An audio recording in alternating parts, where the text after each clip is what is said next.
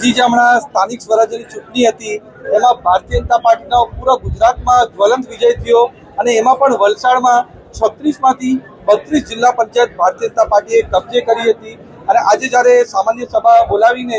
આપણા જિલ્લા પંચાયતની ચૂંટણી હતી ત્યારે બિનહરીફ તરીકે અમારા ભારતીય જનતા પાર્ટીના હેતલબેન અમારા જિલ્લા પંચાયતના પ્રમુખ તરીકે ચૂંટાઈ આવ્યા છે। એ જ રીતે અમારા શૈલેષભાઈ નાનુભાઈ પટેલ જે ઉમરગામના વતની છે એ ઉપપ્રમુખ તરીકે ચૂંટાઈ આવ્યા છે। અને સાથે સાથે કારોબારી ચેરમેન તરીકે અમારા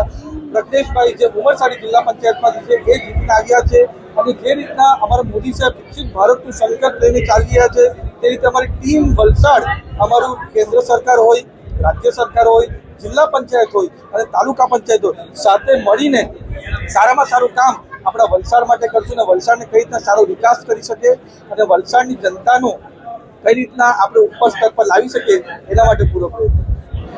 જી અમારી જે ઇન્ફ્રાસ્ટ્રક્ચરનું જે ડેવલપમેન્ટનું કામ છે, જે બાકી આપણા લોકલ સમસ્યા હોય એમાં પાણીની સમસ્યા હોય, ગટરની સમસ્યા હોય અને સાથે સાથે જે ખાસ કરીને રસ્તાઓ સારામાં સારા બને, વરસાદ પહેલાં પ્રી મોન્સૂનની કામગીરી થઈ જાય એના પર પૂરો ધ્યાન આપીએ તાકી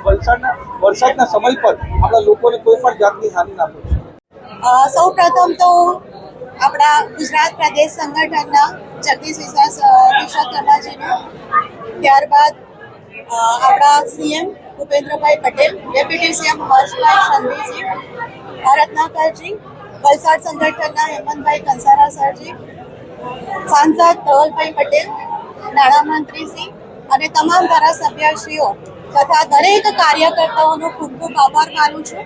એ લોકોએ જે અમારી ટીમ અને મારા પર જે વિશ્વાસ મૂક્યો છે એ વિશ્વાસને પૂરેપૂરો ઉત્તીર્ણ કરશું અને જનહિતમાં જે પણ કાર્ય હોય એ કરશું।